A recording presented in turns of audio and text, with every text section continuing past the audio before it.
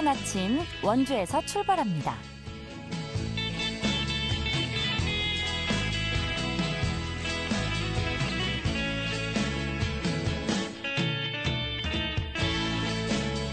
안녕하십니까. 5월 3일 금요일 KBS 원주방송국에서 보내드리는 상쾌한 아침 원주에서 출발합니다. 저는 진행의 이은주입니다. 금요일인 오늘 전국이 맑은 날씨 예상되는데요. 큰 일교차는 계속해서 신경 써주셔야겠습니다.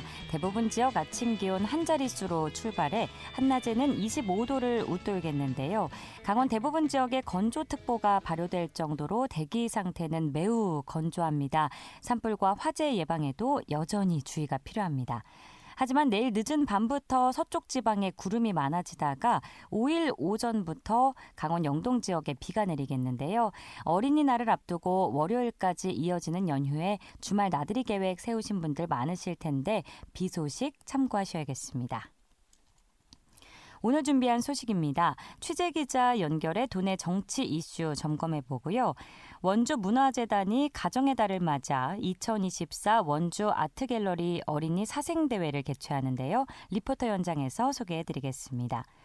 영월군이 김삿간면 예밀리에 와이너리 슬로우타운을 조성합니다. 자세한 내용 알아보도록 하죠. 5월 3일 금요일 상쾌한 아침 원주에서 출발합니다.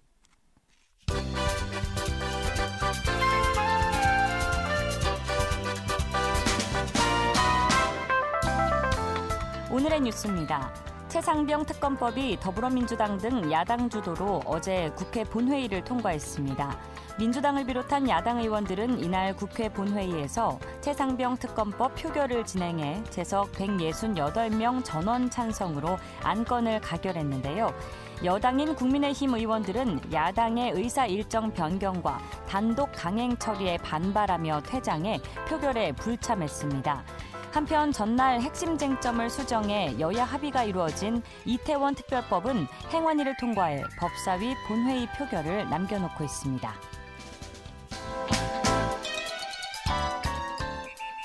춘천지방법원 원주지원 형사 1단독은 교통사고 처리법 위반 혐의로 기소된 65살 여성에게 금고 1년 6개월에 집행유예 3년을 선고했습니다.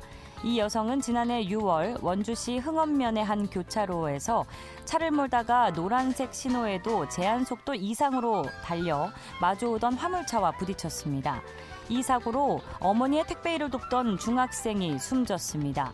특히 신호등이 고장난 상태에서 사고가 난 것으로 확인돼 신호등이 제때 수리가 됐다면 피할 수 있던 사고였다는 것이 재판 과정에서 드러났습니다.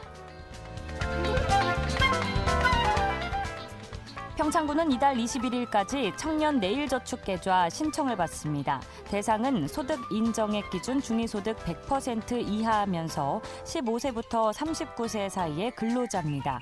가입자로 선정되면 3년 동안 본인이 한 달에 10만 원씩 저금을 하면 정부가 매달 최대 30만 원의 지원금을 보태줍니다. 오늘의 뉴스였습니다.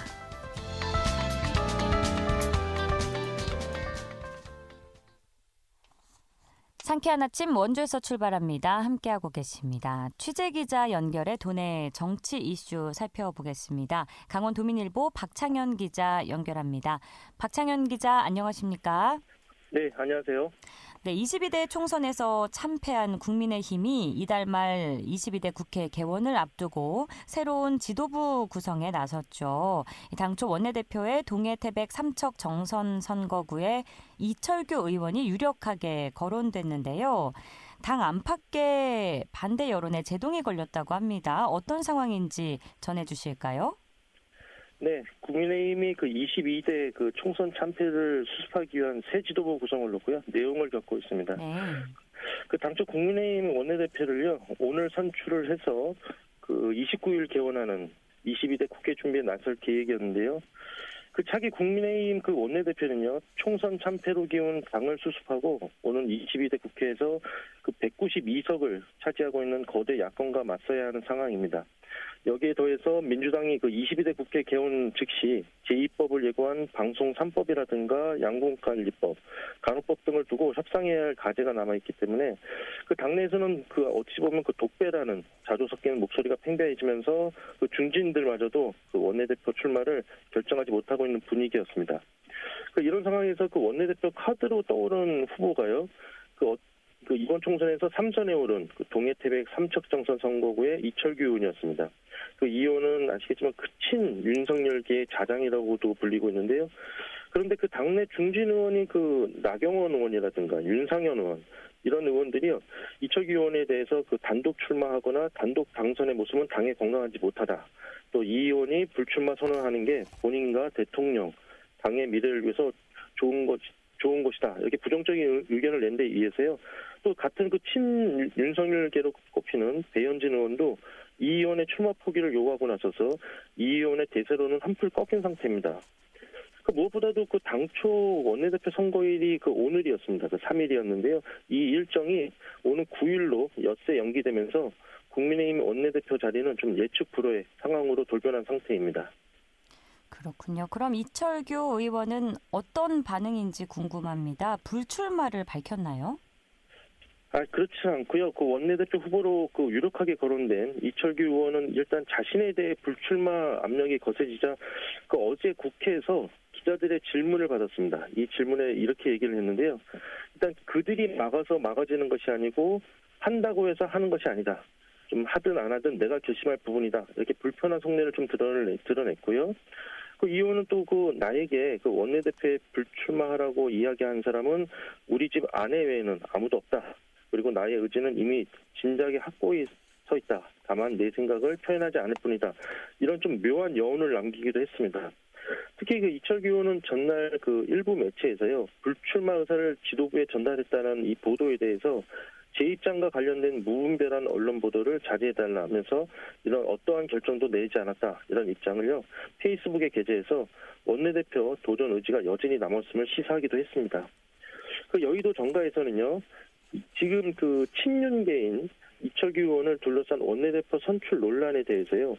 그 내심 그 다음 달 말쯤 치러질 그 당대표와 최고위원 선거를 노린 비윤계 측에서 당권을 장악하려는 그 수순으로 이 의원을 강제 하차시키려는 전략이 아니냐 이런 해석이 나오고 있어서요.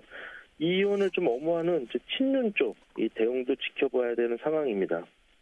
일단 그 단독 출마가 점쳐진 이철규 의원의 그 추대설이 일단 제동이 걸리면서요. 제2의 그 후보들이 하나둘씩 출마를 선언하고 있습니다. 어제는 그 3선의 그 경기 이천에 송석준 의원이 출마를 공식 선언을 했고요.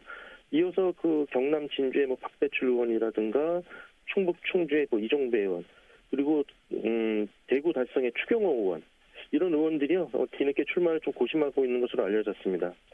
이철규 의원을 포함해서 좀 이런 후보군들이요. 일단 오는 5일입니다. 일요일인데요. 후보 등록 마감일 이 이전에 최종 교통 정리될 것으로 보이고 선거는 9일날 치러질 예정입니다. 그렇군요. 이제 다음 소식 살펴볼 텐데 이제 21대 국회가 이제 한 달도 남지 않았습니다. 어제 국회가 본회의를 열어서 의미 있는 법안을 처리했는데 앞서 이태원 특별법이 본회의 표결을 남겨놓고 있다고 했는데 본회의를 통과했다는 점 청취자 여러분께 사과 말씀 올리고요. 이와 관련해서 이제 박창현 기자가 소식 전해주시겠습니다. 예, 그 21대 국회 최대 현안 중 하나인 이태원 참사 특별법이 있는데요. 이것이 어제 그 여야 합의로 국회의 문턱을 넘었습니다. 국회는 그 어제 오후 본회의를 열어서요. 그 재석 259명, 찬성 256명, 기권 3명으로 12구 이태원 참사 피해자 권리 보장과 진상규명 및 재발 방지를 위한 특별 법안을 가결 처리했습니다. 이태원 참사가 일어난 지 551일 만입니다. 그 앞서 그 여야는요, 지난 1일이었습니다. 올해 1월 야당이 단독으로 본회의에서 처리했다가 그 대통령이 그 거부권을 행사한 이태원 참사 특별법의 재표결을 앞두고 일부 핵심 쟁점을 수정해서 합의안을 마련을 했습니다. 이번 그 법안 제정에 따라서 그 특별조사위원회는요, 그 여야에서 각 4명씩 8명을 위원을 정하게 되고요. 대신에 그 특조위원장을 더불어민주당 출신인 그 국회의장이 정하기로 했기 때문에 사실상 야당이 원하는 인사가 선출될 전망입니다. 특조위 활동 기한은 1년 동안 활동하게 되고요. 대신에 3개월 이내에서 연장하기로 했습니다. 네, 그렇군요. 또 어제 이른바 최상병 특검법도 야당 단독으로 국회를 통과했죠. 이에 대해서 여당과 대통령실이 반발하고 있다고요? 그렇습니다. 그 최상병 특검법, 이 법은요. 지난해 7월 경북 예천군 수해 현장에서 실종자를 수색하다가 급류에 휩쓸려 숨진 고 최수근 상병 사건에 대해서요. 해병대 수사단의 그 초동 수사 및 경찰 이첩 과정에서 대통령실, 국방부 등이 개입한 의혹을 규명하겠다는 내용을 담고 있습니다. 정확하게 법 이름은 순직 해병 진상규명 방해 및 사건 은폐 등의 진상규명을 위한 특별검사 임명 등에 관한 법안입니다. 네. 이른바 줄여서 최상병 특검법이라고 불리는 거고요. 이게 어제 그 본회의에서 더불어민주당 등 야당 단독으로 국회를 통과를 했습니다. 민주당을 비롯한 야당 재석 의원 168명 전원 찬성으로 가결이 됐습니다. 여당인 국민의힘 의원들은 애초 그 본회의 안건이 없던 최상병 특검법이 야당의 의사일정 변경으로 상정되면서 항의하고 표결에 불참을 했고요. 다만 그 국민의힘 김웅 의원은요 본회의장에 남아서 특검법에 찬성표를 던지기도 했습니다. 민주당은 이날 오후 본회의에서요 그 이태원 참사 특별법이 합의 처리된 뒤에 의사일정 변경 동의안을 제출해서 그 최상병 특검법 상정을 요구를 했고요. 이에 그 김진표 국회의장이 민주당의 요구를 수용해서 의사일정 변경 동의안에 대한 표결이 이뤄지면서 동의안이 가결됐습니다. 특검이 실시하게 되면요, 일단 총 그 90일 동안 수사를 하게 되고 대통령 승인을 받아서 또 추가로 30일 연장할 수가 있습니다. 이에 대해서 일단은 여당인 국민의 입장에서는요, 현재 공수처에서 수사 중인 사건을 또다시 특검을 하려는 건 다수당의 의회 폭거다 이렇게 반발을 했고요. 무엇보다 특검 대상에 대통령실이 포함되는 데 대해서 사건을 흐리고 정쟁을 몰아가려는 의도가 있다 이렇게 반대를 하고 있습니다. 그 대통령실 입장에서도요. 민주당의 그 특검 강행은 그 최상병의 안타까운 죽음을 이용해 정치적인 목적으로 악용하려는 나쁜 정치다 이렇게 비판을 하면서 사실상 대통령의 거부권 행사를 예고한 상태입니다. 네, 끝으로 강원도정 소식 간략하게 살펴보죠. 감사원이 강원도를 상대로 9년 만에 감사를 진행하고 있다고 하는데 감사 기간을 연장했다고요? 그렇습니다. 그 강원도정에 대해 9년 만에 실시되고 있는 감사원 감사가 오는 10일까지 연장되면서 강원 공직사회가 긴장감이 높아지고 있습니다. 그 감사원 지방행정 1국 5과는요. 사전 조사를 거쳐서 지난 3월 27일부터 8기 도정에 대한 감사를 진행하고 있습니다. 당초 그 지난달 말까지 감사를 종료할 예정이었는데 감사 기간을 연장해서 도정을 살펴보고 있는 겁니다. 일선 시군에서는 그 양양과 평창군이 감사 대상으로 지금 감사를 받고 있고요. 이번 감사 결과는 그 감사원 차원의 그 후속 심의를 거쳐서 오늘 한 9월쯤에 강원도에 해신될 것으로 전망이 되고 있습니다. 이번 감사는 그 2018 평창올림픽과 코로나 상황 때문에요. 여러 가지로 연기가 되면서 9년 만에 진행되고 있어서 공직사의 긴장감이 어느 때보다도 감돌고 있고요. 주요 감사 대상을 보면은 일단 가장 크게는 춘천 그 레고랜드 개발 사업이 지금 감사 선상에 올라와 있습니다. 사업 추진 과정에서 그 전임 최문순 도지사 당시에 레고랜드를 운영하는 영국 머린사에게 도유지인 하중도를 최장 100년간 레고랜드 부지로 무상 임대로 하기로 해서 불공정 논란을 빚고 있기 때문에 이 건을 지켜보고 있고요. 또 현직 김진태 지사 그 재직 시에도 역시 레고랜드 보증 채무 불이행 건 요건에 대해서도 경위 파악이 이루어지고 있는 것으로 알려졌습니다. 또 평창군에 대해서 감사를 하고 있는데요. 이 평창에 대해서는 강원 스마트 그린시티가 주요 감사 대상으로 포함이 되어 있습니다. 그 다만 좀 주목을 받았던 평창 알펜시아 입찰 담화건에 대해서는 그 감사는 대상에 올랐지만은 그 공정거래위원회가 그 최근 알펜시아를 인수한 KH그룹에 510억 규모의 가징금을 부과를 했고요. 검찰 수사도 이루어지고 있기 때문에 일단 이번 감사에서는 제외가 됐습니다. 네, 알겠습니다. 오늘도 알찬 소식 감사합니다. 네, 감사합니다. 지금까지 강원도민일보 박창현 기자와 도내 이슈 살펴봤습니다.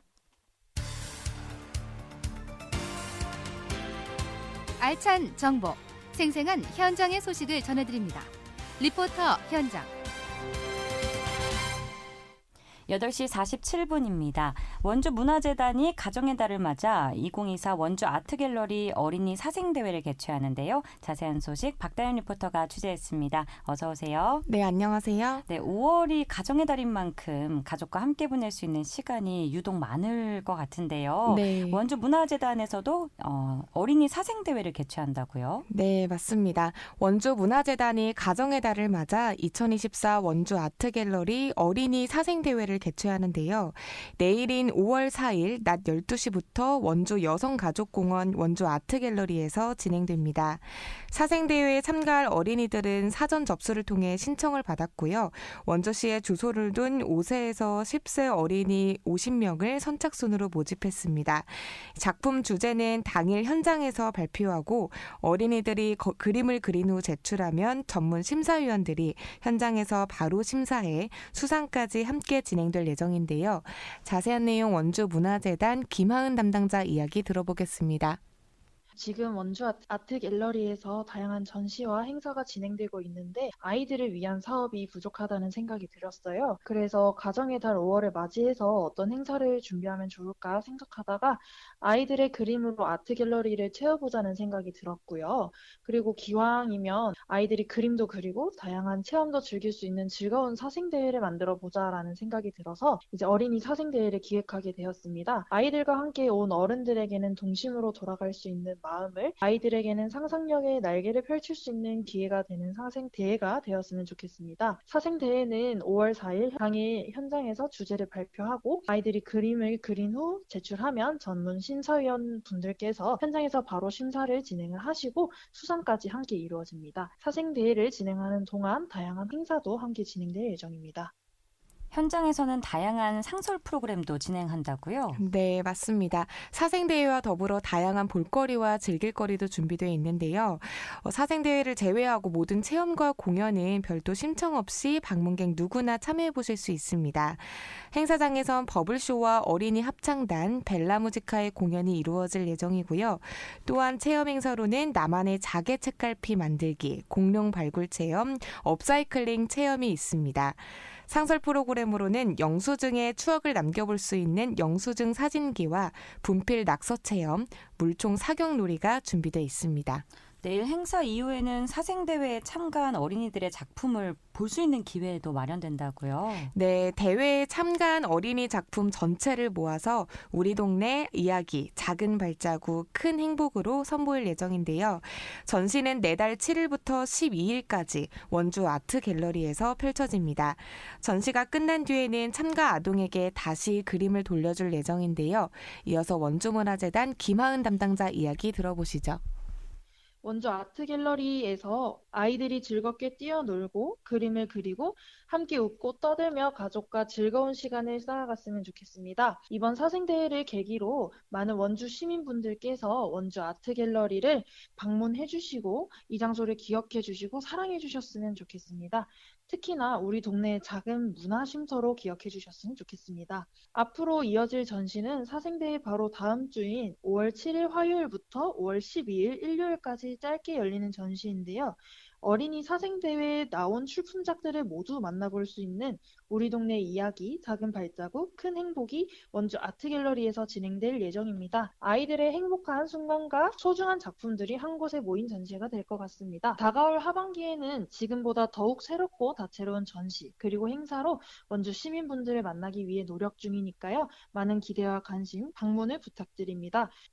설명을 들을수록 아이들도 부모님들도 모두 좋은 시간 보낼 것 같네요. 네, 어린이 사생대회는 내일인 5월 4일 낮 12시부터 원주 아트갤러리 여성가족공원에서 개최됩니다.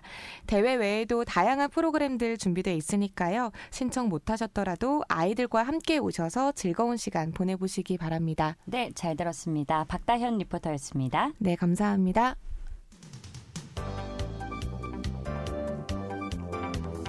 생생한 현장, 유익한 생활 정보를 전해드리겠습니다. KBS 원주라디오 상쾌한 아침 원주에서 출발합니다를 함께하고 있습니다. 영월군이 김삿갓면 예밀리에 와이너리 슬로우타운 조성 사업에 첫 삽을 떴는데요. 와이너리 슬로우타운이 준공되면 연간 7만 병의 와인 생산 시설을 갖추게 됩니다. 자세한 내용 영월군청 경제과의 엄대섭 산업육성 팀장 연결해 알아보겠습니다. 팀장님 안녕하십니까? 안녕하세요. 엄대섭입니다. 네, 먼저 사업 소개에 앞서서 예밀 와인의 역사에 대해 알아보고 싶은데요. 예밀리에서 어떻게 처음 와인이 생산이 시작됐는지 궁금하고요. 또 어떤 특징을 갖고 있는 와인인지도 소개해 주실까요?